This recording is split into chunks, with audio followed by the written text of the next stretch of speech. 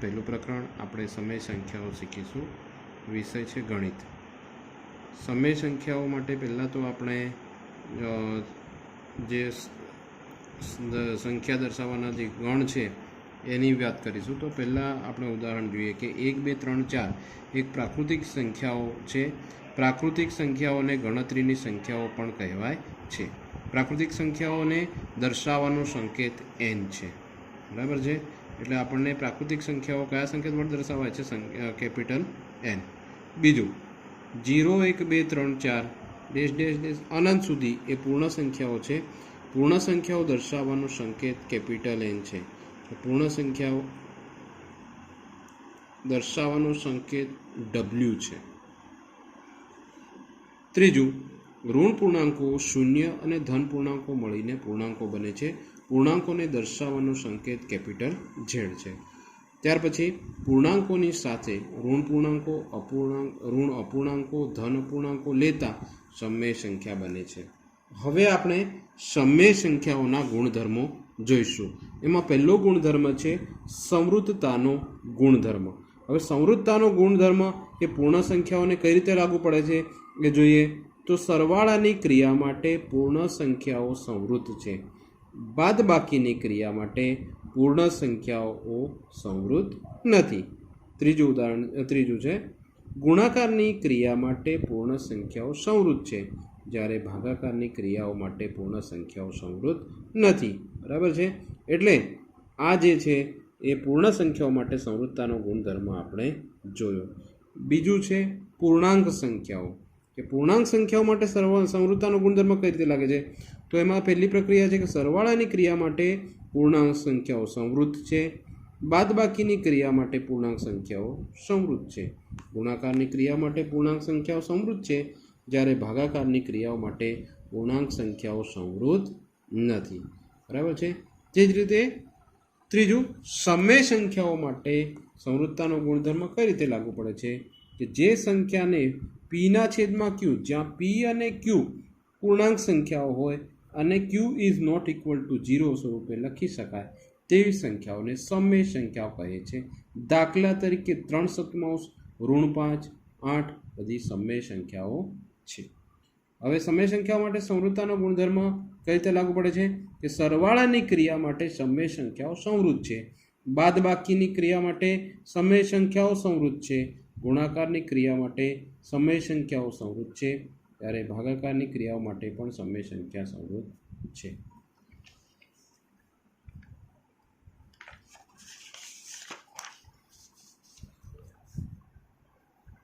ક્રમનો ગુણધર્મ. બીજું છે ક્રમનો ગુણધર્મ. એમાં પૂર્ણ સંખ્યાઓ માટે ક્રમનો ગુણધર્મ કઈ રીતે લાગુ પડે છે? તો પહેલા જોઈએ તો સરવાળાની ક્રિયામાં ક્રમના ગુણધર્મનું પાલન થાય છે. બાદબાકીની ક્રિયામાં ક્રમના ગુણધર્મનું પાલન થતું નથી. ગુણાકારની ક્રિયામાં ક્રમના ગુણધર્મનું પાલન થાય છે. ભાગાકારની ક્રિયામાં ક્રમના ગુણધર્મનું પાલન થતું નથી. એટલે ક્રમનો ગુણધર્મ પૂર્ણ સંખ્યાઓના રીતે લાગુ પડે. બીજું છે પૂર્ણાંક સંખ્યાઓને ક્રમનો ગુણધર્મ કઈ રીતે લાગુ પડે? તો એના નિયમો આપણે જોઈએ તો સરવાળાની ક્રિયામાં ક્રમના ગુણધર્મનું પાલન થાય છે. બાદબાકીની ક્રિયામાં ક્રમના ગુણધર્મનું પાલન થતું નથી. ગુણાકારની ક્રિયામાં ક્રમના ગુણધર્મનું પાલન થાય છે, જ્યારે ભાગાકારની ક્રિયામાં ક્રમના ગુણધર્મનું પાલન થતું નથી. ત્રીજું એમાં છે સી વિભાગ. સમય સંખ્યાઓ માટે ક્રમનો ગુણધર્મ કઈ રીતે લાગુ પડે છે? કે સરવાળાની ક્રિયામાં ક્રમના ગુણધર્મનું પાલન થાય છે. બાદબાકીની ક્રિયામાં ક્રમના ગુણધર્મનું પાલન થતું નથી. ગુણાકારની ક્રિયામાં ક્રમના ગુણધર્મનું પાલન થાય છે અને ભાગાકારની ક્રિયામાં ક્રમના ગુણધર્મનું પાલન થતું નથી. બરાબર છે. હવે ત્રીજો ગુણધર્મ છે જૂથનો ગુણધર્મ.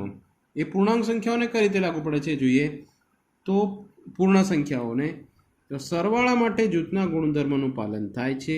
બાદબાકી માટે જૂથના ગુણધર્મનું પાલન થતું નથી. ગુણાકાર માટે જૂથના ગુણધર્મનું પાલન થાય છે. ભાગાકાર માટે જૂથના ગુણધર્મનું પાલન થતું નથી. જોઈએ પૂર્ણાંક સંખ્યાઓ માટે જૂથનો ગુણધર્મ કઈ રીતે લાગુ પડે છે? તો અહીંયા સરવાળાની ક્રિયામાં જૂથના ગુણધર્મનું પાલન થાય છે. બાદબાકીની ક્રિયામાં જૂથના ગુણધર્મનું પાલન થતું નથી. ગુણાકારની ક્રિયામાં જૂથના ગુણધર્મનું પાલન થાય છે, ભાગાકારની ક્રિયામાં જૂથના ગુણધર્મનું પાલન થતું નથી. એટલે આ રીતે આપણે પૂર્ણાંક સંખ્યાઓ માટે જૂથનો ગુણધર્મ કઈ રીતે લાગુ પડે એ આપણે નિયમો જોયા. હવે સી વિભાગમાં જોઈએ સમય સંખ્યાઓ માટે જૂથનો ગુણધર્મ કઈ રીતે લાગુ પડે છે તે જોઈએ કે સરવાળાની ક્રિયામાં જૂથના ગુણધર્મનું પાલન થાય છે, બાદબાકીની ક્રિયામાં જૂથના ગુણધર્મનું પાલન થતું નથી. ગુણાકારની ક્રિયામાં જૂથના ગુણધર્મનું પાલન થાય છે, જ્યારે ભાગાકારની ક્રિયામાં જૂથના ગુણધર્મનું પાલન થતું નથી. બરાબર છે. એટલે અહીંયા આપણે જૂથનો ગુણધર્મ સમય સંખ્યાઓ માટે કઈ રીતે લાગુ પડે છે તે આપણે જોયું.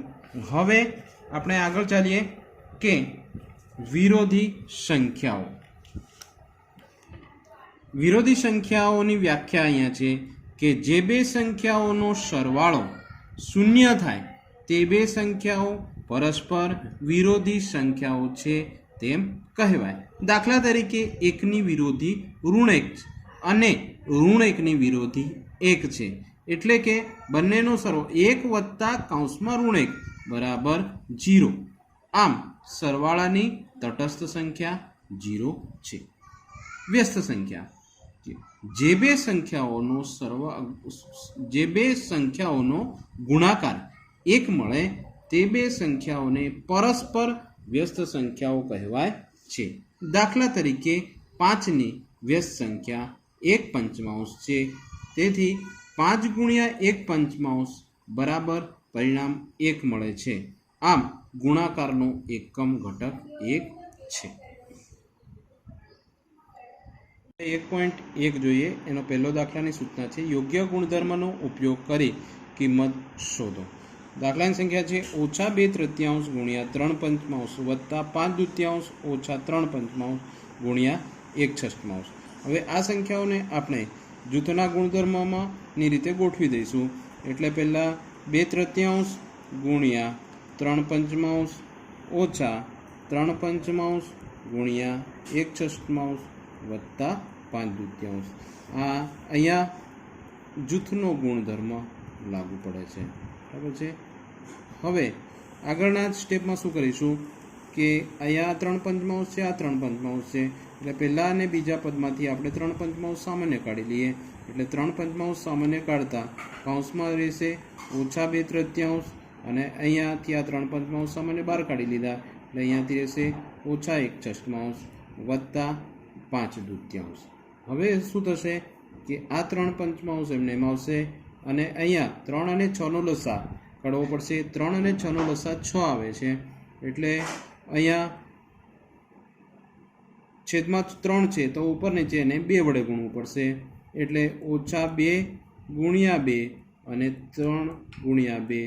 અહીંયા છેદમાં 6 છે એટલે અંશ અને છેદમાં એને 1 વડે ગુણવું પડશે અને છેલ્લે વત્તા 5/2 બરાબર 3/5 ગુણ્યા અહીંયા ગુણાકાર કરી દઈએ તો 2 × 4, 1 વત્તા અને ઓછાનો ગુણાકાર -4 અને 3 ગુણ્યા 2 6 ઓછા 1 ગુણ્યા 1 બરાબર 1/6 વત્તા 5/2 બરાબર છે.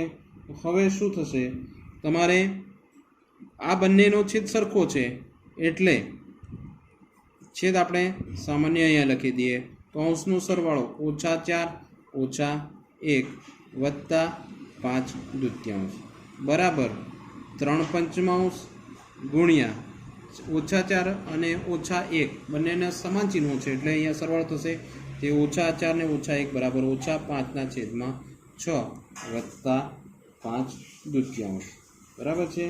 એટલે હવે શું કરીશું કે અહીંયા ગુણાકારમાં અંશ અને છેદ સરખો હોય તો એ સંખ્યાઓ આપણે ઉડાવી શકીએ. એટલે આને ફરીથી એક સ્ટેપ લખીને એને ઉડાવીએ આપણે. તો અહીંયા આ 3 × 1 = 3 અને 3 × 2 = 6 થશે. અહીંયા 5 × 1 = 5, આ 5 × 1 = 5 એટલે આ 1/1 આવશે.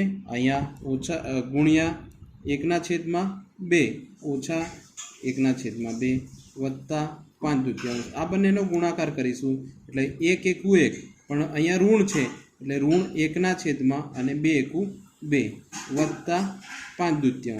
હવે બંનેનો છેદ ફરીથી સરખો થઈ ગયો, છેદમાં 2 આવ્યા એટલે છેદના 2 અહીંયા લખીશું, અંશનું 1 વત્તા 5 ઓછા 1 વત્તા 5 બંનેના ચિહ્નો અલગ છે એટલે શું થશે બાદ બાકી, એટલે 5માંથી 1 જાય એટલે 4 રહેશે, 4/2 2 4 એટલે આપણા આ દાખલાનો જવાબ આવશે 2. હવે આપણે બીજો દાખલો જોઈએ. 2/5 ગુણ્યા ઓછા 3/7 ઓછા 1/6 ગુણ્યા 3/2 વત્તા 1/14 ગુણ્યા 2/5. હવે અહીંયા આ જે દાખલાની સંખ્યા છે એમાં વચ્ચેની સંખ્યાને સાદુરૂપ આપી દઈએ તો આપણને દાખલો ગણતા સરળ પડશે.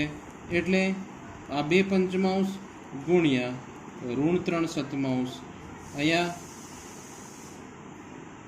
3 એકુ 3 ને 3 દુ 6 એટલે ઓછા ઉપરનો ગુણાકાર કરીએ 1 એકુ 1 છેદમાં 2 દુ 4 વત્તા 1/14 ગુણ્યા 2/5. બરાબર છે.